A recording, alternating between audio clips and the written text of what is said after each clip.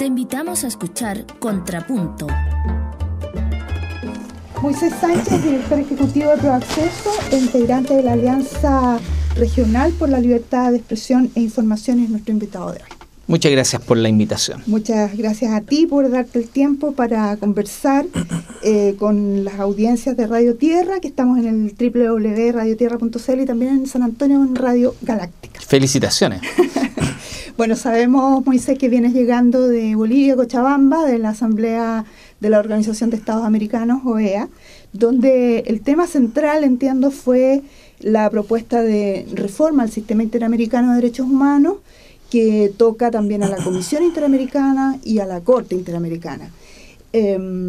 ¿Cuál dirías tú que fue el tenor general de esta propuesta que proviene de Ecuador? Me imagino, entiendo, respaldada por Brasil también, por Venezuela.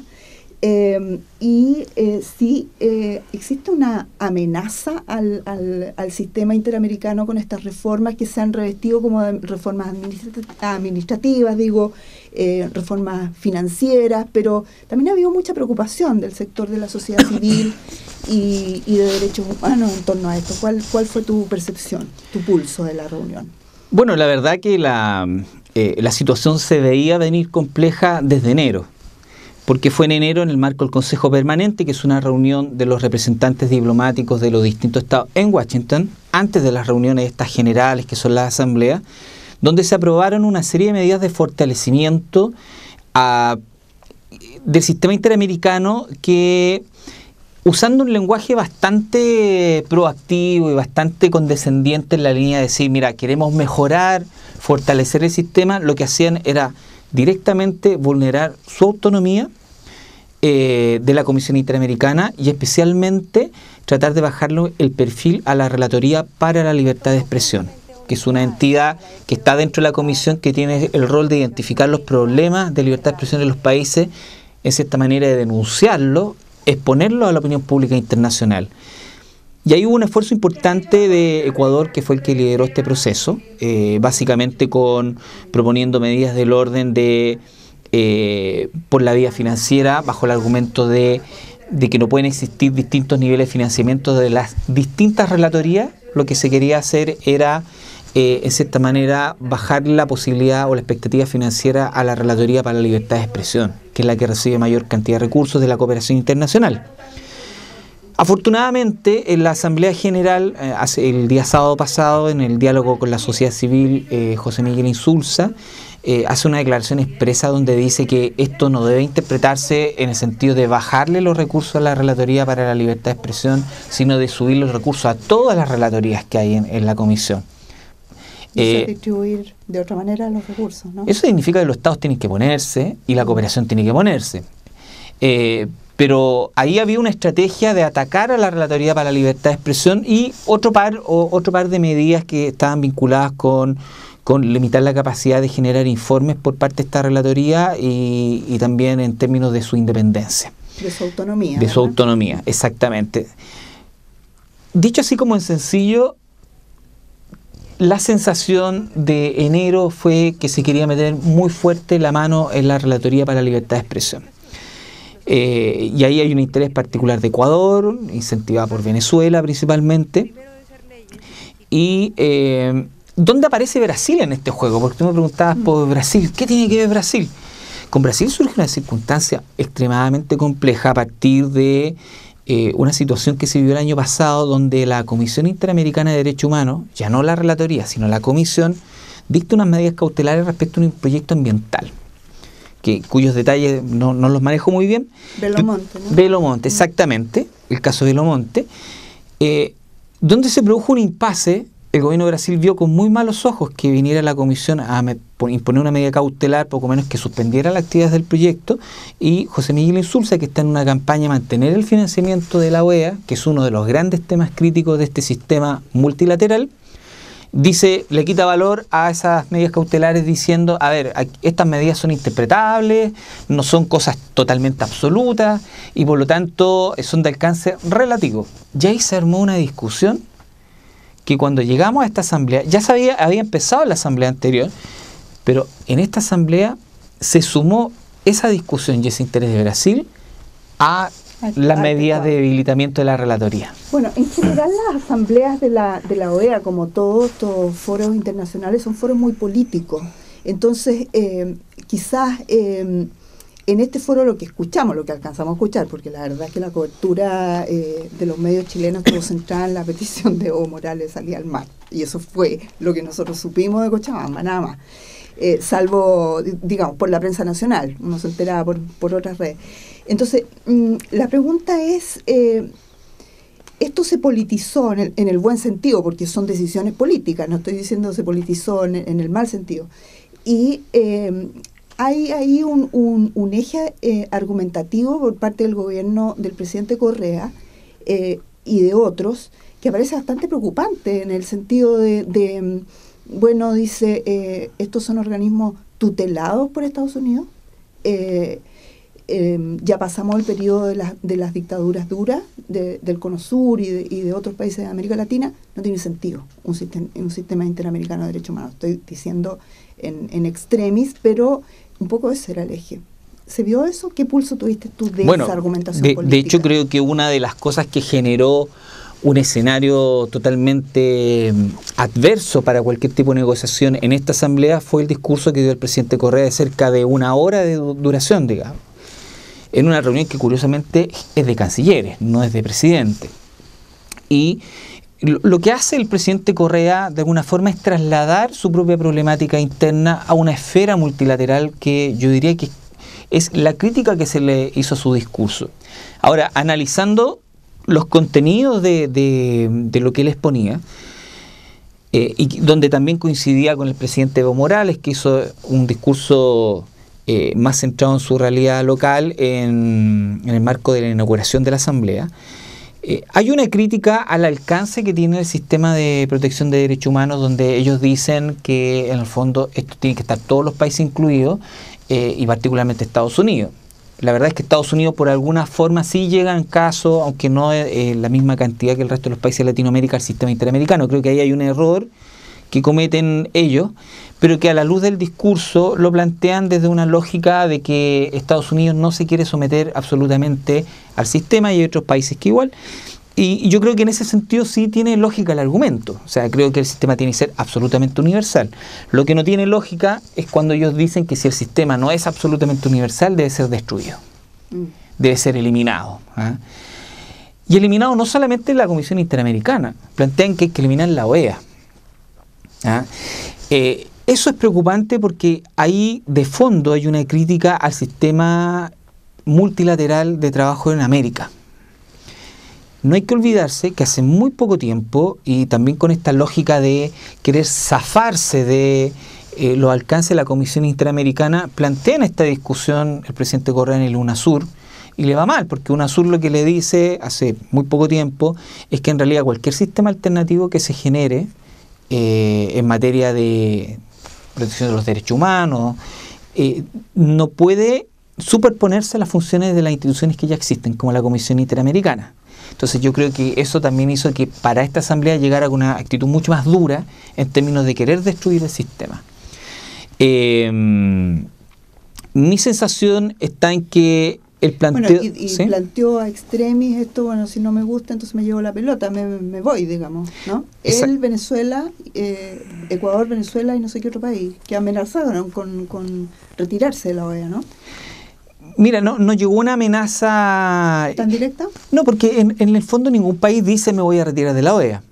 Lo que dicen de manera superlativa es decir, hay que refundar esto así no funciona. Y la estrategia diplomática generalmente pasa por jugar un rol donde un rol disruptivo de no llegar a acuerdos. Porque la mejor manera de desprestigiar una institución multilateral es no contribuir al consenso. Ya pasó en las cumbres de las Américas y la estrategia, a mi modo de ver, era generar resoluciones que no tuvieran acuerdo. O sea, no llegar a ningún tipo de acuerdo, lo que obviamente desacredita el sistema. Y creo que el consenso diplomático en América fue tratar de, por todas las vías posibles, de llegar a algún tipo de solución. Que no pasara de nuevo lo que pasó en las cumbres de las Américas, donde no se llegó a un acuerdo final. Y creo que desde ese punto de vista, lo que pasó en la Asamblea General de Cochabamba para la Comisión Interamericana y para la OEA fue relativamente positivo, porque al menos el nivel de tensión que estaba como para dejar las cosas en el piso, permitió sí llegar a una resolución sobre soberanía alimentaria y llegar a una resolución que podemos comentar más adelante, bastante procesal para seguir discutiendo el tema de la Comisión Interamericana. Bueno, vamos a hacer un ejercicio también, Moisés Sánchez de Proacceso, que nos acompaña en Contrapunto hoy día. Un ejercicio un poco de pedagogía también para nuestra audiencia. Aparece un poco la figura de los estados defendiéndose de la ciudadanía que ha hecho y que se ha apropiado de ciertas herramientas que el propio Sistema Interamericano de Derechos Humanos les ha brindado. Estoy pensando en los informes, en la posibilidad que tienen muchas organizaciones de indígenas, de mujeres, de diversidad sexual, de presentar denuncias, de presentar informes que van y que entran en el sistema finalmente, ¿no? En el caso de Chile conocemos varios. Karen Atala, Elena Varela, La Última Tentación de Cristo, etcétera, con recomendaciones hacia los estados. Entonces, aparece un poco también esta tensión entre ciudadanía empoderada de herramientas de defensoría y de ejercicio de derechos humanos y estados que se defienden. Una tensión que ha sido así siempre, sin duda, pero que quizás hoy día tiene una connotación distinta también, ¿o no? ¿Cuál es tu percepción de eso? Yo creo que hay una sensación dentro de los estados de que todos estos sistemas que los controlan, porque en el fondo la Comisión Interamericana y todas las instancias institucionales que están dentro del sistema interamericano que agrupa la Corte, la Comisión, las relatorías, en fin, son una suerte de muro de protección entre el ciudadano y los excesos del Estado. Y que a la luz de ciertos hechos como el de Belomonte, esta crítica que hace Brasil a las medidas cautelares, o las críticas que hacen Venezuela y Ecuador a la intervención o injerencia de la Relatoría para la Libertad de Expresión en defensa de los derechos humanos, ellos, en vez de contraargumentar sobre las razones, lo que hacen es ir a destruir las bases del sistema, ¿ya? Y eso tiene que ver justamente con que el sistema está funcionando. Bien, mal, que hay que mejorarlo, por supuesto, hay que perfeccionarlo. Yo creo que hay un consenso en la sociedad civil internacional de que no se puede mantener la lógica de que los comisionados, integrantes de la Comisión Interamericana de Derechos Humanos, sean a tiempo parcial. O sea, eso ya no es sostenible en el tiempo. Que las relatorías de inmigrantes, que sé yo, de los distintos temas que tienen los mismos comisionados, que son de muy bajo perfil. La única que tiene un perfil alto, porque es especial y tiene una persona encargada, es la de libertad de expresión, por los problemas típicos de nuestra región y que han sido históricos. Pero eso hay que mejorarlo, pero no por la vía de quitarle atribuciones a la libertad de expresión, sino por la vía de subirle el nivel a todos. Y mi sensación es que sí, hay un malestar que es impulsado por estos gobiernos que se sienten directamente afectados, pero que también genera ciertos consensos en otros países. Sí, ¿cómo se configuró la escena de correlación de fuerzas, como se dice, al interior de la Asamblea? Es decir, ahí hubo claramente un bloque que por lados distintos presenta y reafirma esta necesidad de reformas en el sentido que hemos explicado, que es Ecuador, Brasil, Venezuela y no sé qué papel jugó Bolivia, creo que también en ese plano. ¿Y el resto de los países? ¿Qué pasó? A ver, es súper interesante la pregunta porque cuando uno va a estas reuniones hay que entender de que muchos aspectos de la negociación son reservados, son discusiones que se hacen a puertas cerradas. Particularmente, toda la reforma del sistema interamericano se discutió 2 días completos a puertas cerradas con los representantes de todos los estados. Mientras en paralelo se discutían otros temas más públicos, las resoluciones donde había cierto mayor consenso. Entonces es muy difícil saber cómo cada estado se comportó, uno tiene señales. Pero sí, al final del plenario yo puedo dar cuenta de qué países sí efectivamente hicieron manifestaciones claras. A ver, los países que defendieron de manera más dura o mantuvieron una posición bastante más rígida desde el punto de vista de la autonomía de la Comisión y de la Relatoría para la Libertad de Expresión fueron Estados Unidos y Canadá. lo que es parte de la lógica de este sistema multilateral donde Estados Unidos y Canadá están en un extremo y por el otro extremo está Bolivia, Venezuela, Ecuador, y ahí hay una dinámica que se repite todos los años en cualquier tipo de resolución, ¿ya? Vinculada a democracia.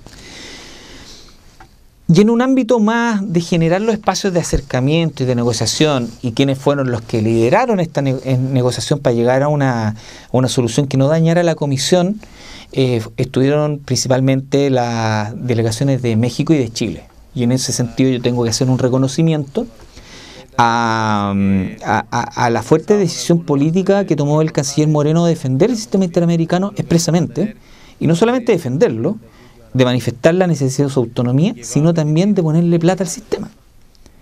Fue la única delegación que en el plenario dijo: nosotros en este momento vamos a poner plata en el sistema interamericano y convoco a todos los estados a que hagan lo mismo ahora. Y eso lo han golpeado, ¿eh? ¿Mm? Han golpeado a Chile. El sistema lo ha golpeado, por supuesto, lo ha interpelado, digo, ¿no? Por supuesto, lo ha interpelado. Ahora, otros países que manifestaron un apoyo más explícito, pero sin tal vez el nivel de fuerza, fueron Argentina, Colombia, que estuvo por ahí también medio lo apoyó, Uruguay, Costa Rica, Paraguay, Perú. Yo te diría que son los países que, por lo menos en el plenario, manifestaron un apoyo expreso. ¿Argentina? Argentina también, sí, manifestó un apoyo expreso a la autonomía. Todos teníamos una duda a ver qué iba a decir Argentina, pero al final creo que jugaron bastante bien. Los únicos que manifestaron no solamente una crítica al sistema interamericano, sino a la OEA, a la Relatoría de la Libertad de Expresión, a los medios de comunicación y a la sociedad civil, fueron Ecuador y Venezuela con mucha fuerza, y en un tono mucho más relativo Bolivia, que de alguna forma, a mi entender, Bolivia juega no a quebrar el sistema, sino más bien a solidarizar con sus pares ecuatorianos y venezolanos. Ahora, bueno, la OEA tiene su historia, ¿no? ¿Todavía es tema Cuba? La incorporación de Cuba, el bloqueo de Cuba, ¿es un tema que divide? Yo diría que es un tema que siempre está presente. No fue el tema de esta reunión, pero son de esos temas fantasmas. Tiene una omnipresencia. Tiene una omnipresencia y que siempre está flotando por ahí. Y de hecho se hizo una reunión paralela a la sociedad civil latinoamericana, paralela a las reuniones de sociedad civil de la OEA, que son unas reuniones oficiales, donde uno de los grandes temas era la inclusión de Cuba. Pero en el foro formal ese tema no estaba, por lo menos para la discusión y para el debate en esta reunión. Pero te digo, son esos temas que siempre están. Sí, correcto. Ahora, Moisés, tú dirías, ¿de qué manera perjudica a Chile, a su democracia, o de qué manera impacta, no digo perjudica, pero de qué manera impactaría un debilitamiento del sistema interamericano de derechos humanos, de la Comisión, de la Corte, la convivencia democrática, el ejercicio de los derechos humanos, no solo en Chile, sino que en el conjunto del continente, así concretamente? A ver, la verdad es que si uno mira el caso de Chile es muy particular, porque Chile en general es bastante respetuoso de los dictámenes internacionales. O sea, si uno hace una estadística internacional, en general Chile acoge los fallos y no digo que de buena gana, pero trata de cumplirlo, y se ha visto en varios casos, digamos, donde a lo menos se acepta la jurisdicción internacional y hay una claridad en de que en eso no hay que enredarse mucho. No digo que les guste, pero sí digo que hay una cierta comprensión. Pero hay países donde no pasa eso. Yo no puedo anticipar cuál es el interés o el impacto que podría pasar en Chile de no tener un sistema interamericano. Lo que sí puedo decir que sería una complejidad desde el punto de vista internacional, que hubiera una dispersión de las jurisdicciones. Si hubiera sistemas en la UNASUR, si hubiera un sistema particular para los países del ALBA, si hubieran sistemas fragmentados, chocándose, sí. Yo creo que eso significaría la ruptura eventualmente del espacio multilateral y de la importancia y el significado que tiene la OEA en sí misma. Y yo creo que eso ningún país con cierta seriedad lo quiere. Con esto lo que yo quiero decir es de que los países, si bien pueden tener crítica al sistema interamericano, también entienden de que la crítica no puede ser tan profunda como para romper el sistema que ellos mismos crearon, porque también los deja sin foro y sin espacios para discutir y llegar a consenso. Ahora, quizá a todos los estados les moleste un poco la autonomía que ha tomado, por ejemplo, la relatoría, cuyos informes son informes, digamos, hechos desde un lugar de autonomía y con bastante fuerza, ¿no? Y a nadie le gusta que le anden diciendo ya... A nadie le gusta. Humano, qué sé yo, no sé, distribuya mejor las frecuencias, respete la emergencia de nuevos sujetos sociales, no aplique la ley antiterrorista a destajo en el sector mapuche. Es decir, hay una incomodidad respecto de eso, ¿no? No, o sea, lo que sí te puedo decir es que no existe ningún país que te vaya a decir hoy día que no está incómodo. Están todos incómodos.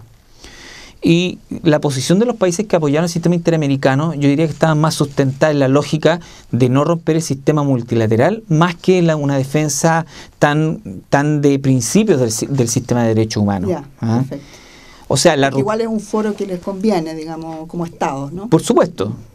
Incluso en una misma reunión que tuvimos con el canciller Moreno, con la sociedad civil que estaba presente, Participa, Fundación para la Superación de la Pobreza, él manifestó claramente que si bien había que hacerle muchas mejoras al sistema interamericano, había que respetar su independencia y autonomía, y este era el momento de defenderlo. Con eso yo te quiero transmitir la sensación de que aún los países que fueron los más defensores del sistema, como Chile, México, tienen su reparo al sistema interamericano, y eso significa de que en algún momento hay que sentarse a dialogar, porque si todos los países tienen cierta molestia con el sistema, significa que algo está pasando. Uh-huh. Lo que decimos desde la sociedad civil es que cualquier tipo de medida de mejora o fortalecimiento tiene que ser hecha dentro del marco de la autonomía de la Comisión y de la Relatoría para la Libertad de Expresión. Y eso es lo que no quieren entender ciertos países. Oye, y hablando del rol de cada quien, ¿cuál es el papel que ha jugado José Miguel Insulza? Tú algo esbozaste respecto de su interés de mantener, por supuesto, la OEA, el secretario general. Sería desastroso que desapareciera bajo su secretario general, su periodo. Pero más allá de eso, respecto del fondo del problema. A ver, es muy difícil calificar intenciones. Lo que sí tengo claro es que las declaraciones del año pasado, donde le quitaba respaldo a las medidas cautelares que ponía la Comisión Interamericana a nivel público por la prensa, creo que no fue una estrategia apropiada y contribuyó a generar un escenario de debilitamiento a la Comisión. Porque ¿qué pasa si el secretario general hubiese dado una declaración más neutra?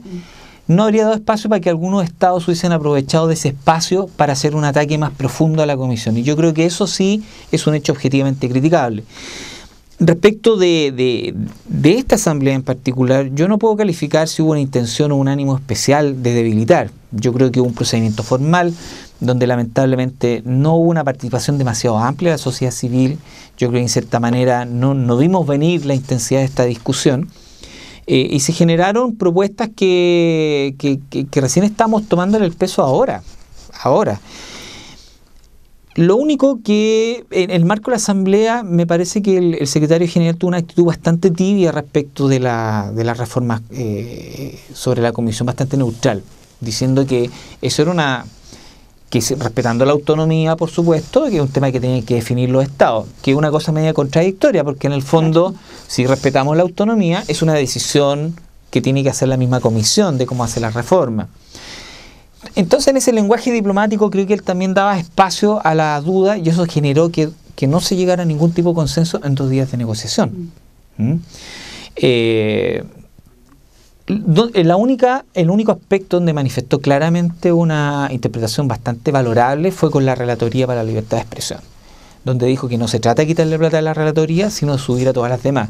Y creo que eso le quitó el foco de atención a esa Relatoría en particular en esta reunión, por lo menos un foco de atención como fue el que tuvo la Comisión Interamericana.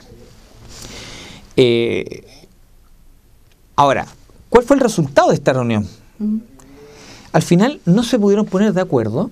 Y hay diversas interpretaciones. Uno dice, mira, esta reunión fue totalmente negativa para el sistema interamericano, para los derechos humanos, un retroceso. Hay gente que dice que fue positiva desde el punto de vista que nos va a permitir seguir dialogando. Yo soy de la idea de usar los ejemplos futbolísticos. Lo que se logró en esta asamblea fue un alargue. Y con una definición a penales. Me explico. Como no había acuerdo y como se tenía que llegar a un acuerdo, se llegó a un acuerdo procesal que es que la Asamblea General iba a acoger las propuestas de fortalecimiento, que es donde en ellas habían ciertas propuestas que son afectadas a la autonomía,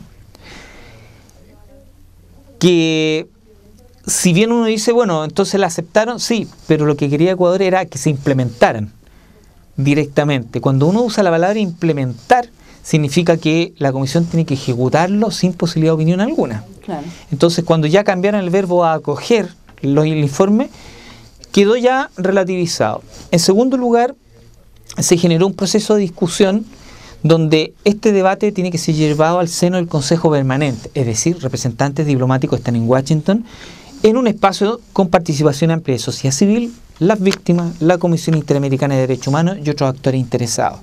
Es decir, hay un espacio de debate ahí también, ¿no? Ahí está el alargue.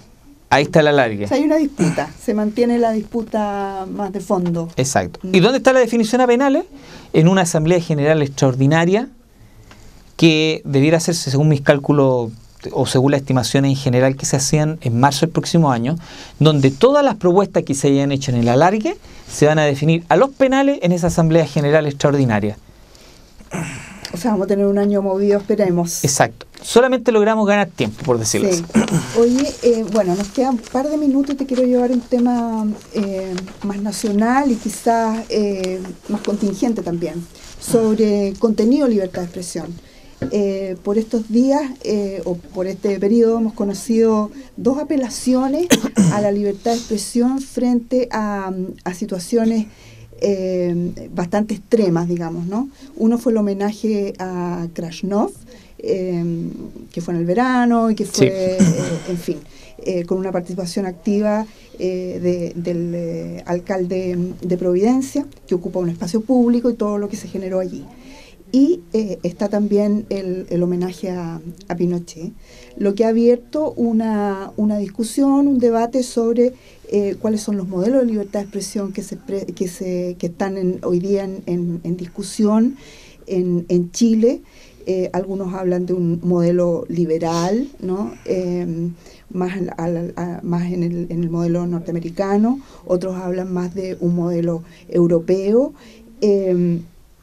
La pregunta es, ¿se ha hecho este debate finalmente en Chile con propiedad, digamos, más que una cuestión reactiva frente, que espanta a algunos, a muchos, digamos, el que hay un caupolicanazo de homenaje a Pinochet? Estamos en el siglo XXI, año 2012.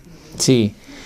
Fíjate que yo creo que en Chile esos temas no se han abierto mucho el debate. Creo que hay países que han tenido debates más intensos en esa materia. Me acuerdo del caso de Argentina, que una organización de derechos humanos hace muchos años atrás tuvo un conflicto ético donde llegó un grupo, si mal no me acuerdo, de gente vinculada al neonazismo y que quería defender su libertad de expresión. Y después de un debate interno muy fuerte se dieron cuenta de que, no obstante no compartir los contenidos, habían aspectos vinculados al derecho a libertad de expresión que sí podían respaldar. Porque la libertad de expresión es justamente eso, la libertad de poder transmitir opiniones y pensamientos, y no necesariamente tenemos que estar de acuerdo. Lo complicado es cuando son temas simbólicos como estos, digamos, donde uno dice, bueno, se está homenajeando a alguien vinculado a los torturadores, qué sé yo, o se está homenajeando a una persona que representa el quiebre de un país, o como se lo quiere interpretar. En mi opinión, aquí hay un principio de libertad de expresión que debe respetarse a ultranza, particularmente en el último caso del homenaje a Pinochet, porque la verdad es que es una iniciativa privada. No está financiado con recursos públicos, y si quieren hacerle un homenaje no hay ningún problema, así como no hay ningún problema en que las personas puedan hacer un homenaje y puedan hacer una manifestación del pensamiento de Salvador Allende o de la izquierda o de la derecha. Creo que si entramos en una discusión o tratando de limitar la posibilidad de difundir ciertas líneas de pensamiento, creo que vamos a entrar en un terreno que es muy, muy áspero y muy complejo. Sobre los efectos colaterales de una situación como esta, te lo pongo porque yo creo que es un debate interesante. Sí. Y es un debate donde vamos a encontrar en Chile posiciones distintas. ¿Qué le ocurre a las víctimas de los derechos humanos cuando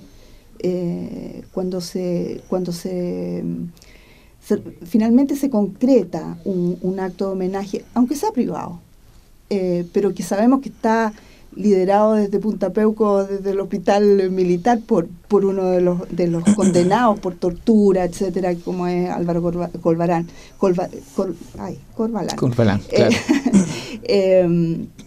Digo porque también este es un tema de libertad de expresión, toda vez que la capacidad de discurso público generado por una u otra tiene que ver también con que esa capacidad estuvo mermada por mucho tiempo por parte de las propias víctimas. O sea, recordemos que aquí el tema se empieza a abrir el año 98 cuando cae preso Pinochet.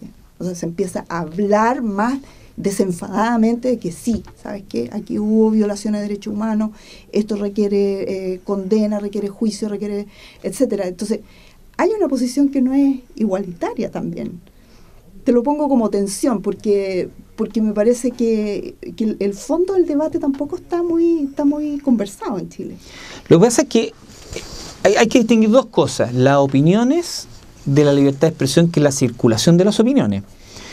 Claro, que es el resultado finalmente. O sea, digamos, si tú quieres hacer un homenaje... Se expresa a través de la circulación de esas opiniones. Por supuesto, y en las opiniones podemos estar en desacuerdo. Sí, claramente. Y el espacio democrático, a mi juicio, tiene que ver con dar la posibilidad de que todos puedan expresar sus opiniones, por muy barbáricas que nos puedan parecer, o por muy razonables que a algunos otros le puedan parecer.